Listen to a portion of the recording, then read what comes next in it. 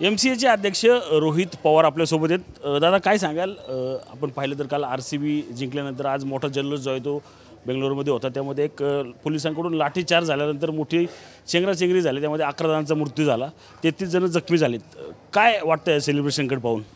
काल आपण जर बघितलं 18 वर्षानंतर पहिल्यांदाच RCB यांनी IPL जिंकली आणि सगळे क्रिकेट प्रेमी, त्या टीमवर प्रेम करणारे, त्या खेळाडूंवर प्रेम करणारे जे सर्व क्रिकेट प्रेमी होते ते मोठ्या संख्येने आज RCBच्या पूर्ण टीमचं स्वागत करण्यासाठी उपस्थित होते।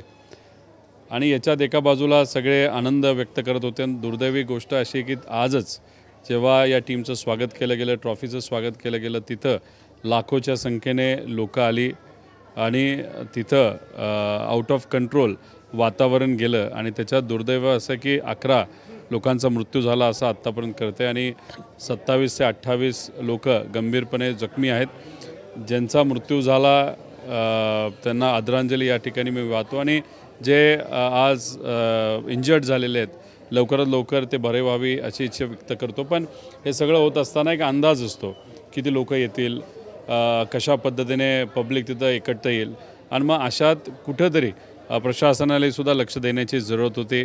एक अंदाज घेऊन जे काही नियोजन करायला पाहिजे होतं ते नियोजन खऱ्या अर्थाने करायची जरूरत होती। ते कदाचित एवढ्या चांगल्या पद्धतीने झालेलं दिसत नाही, त्यामुळे ही घटना तिथं घडली असं आपल्याला म्हणावं लागेल। आपण मागच्या वर्षी पाहिलं की मुंबईत देखील असंच सेलिब्रेशन झालं, मात्र अतिशय नियोजनबद्ध असं जे आहे ते सेलिब्रेशन त्या ठिकाणी झाले, कुठलीही गालबोट लागेल अशी घटना त्या ठिकाणी घडलेली नाही। शेवटी तिथं लोक तर मोठ्या संख्येने आले होते, त्याच्याचबरोबर ट्रॉफी यायला काही प्रमाणात आपल्याकडे उशीर झाला होता, पण पब्लिक खूप मोठ्या प्रमाणे तिथं आलं होतं।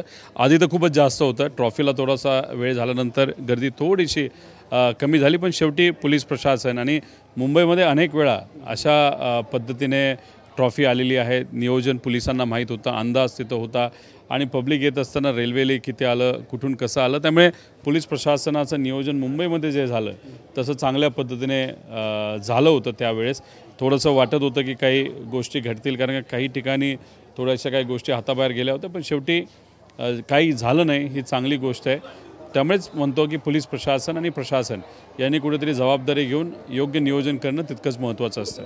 बेंगलोरमध्येच आता पोलीस प्रशासन असेल किंवा स्थानिक प्रशासन असेल त्याच्यावर आता टीका होऊ लागली की इतकी मोठी गर्दी असेल किंवा इतका मोठा मॉब येणार असल्याची माहिती कुठल्या प्रशासनाला का मिळाली नाही, आता पोलिसांवर टीका होऊ लागली।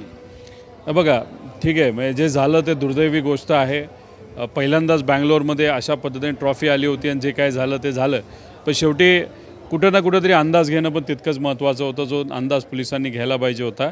आणि त्या पद्धतीने लोक जर येणार असतील तर त्याचं जे नियोजन आहे ते खरंच चांगल्या पद्धतीने करण्याची जरूरत होती। ते जे काही फ्रँचायझी ओनर आहे ते सगळे जे काही त्यांची मॅनेजमेंट टीम, पोलीस प्रशासन आणि तिथे असणारे जे कोणी लोकप्रतिनिधी असतील यांनी बसून एक चांगलं नियोजन करण्याची जरूरत होती, ज्याचा अभाव हा आज या ठिकाणी आपल्या सगळ्यांना जाणवतो। जबाबदार कोण आता 11 जणांचे मृत्यू?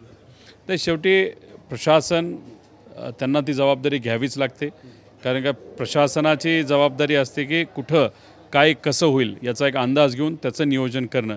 त्यामुळे शेवटी प्रशासनसुद्धा त्याला काही प्रमाणात जबाबदार आहे आणि ही ट्रॉफी तिथं येत असेल आणि हे प्रीनियोजित असेल तर मग मला असं वाटतं की पूर्णपणे जबाबदारी प्रशासनाची। पण हे जर नियोजन झालं नव्हतं, जर टीम ओनर्सली आणि त्या लोकांनी जर सांगितलंच नव्हतं की अशा पद्धतीने आम्ही ट्रॉफी आणणार आहे, तर मग याला दोन्ही लोक जबाबदार असतील, पण सांगितलं असेल तर प्रशासन याला जबाबदार आहे।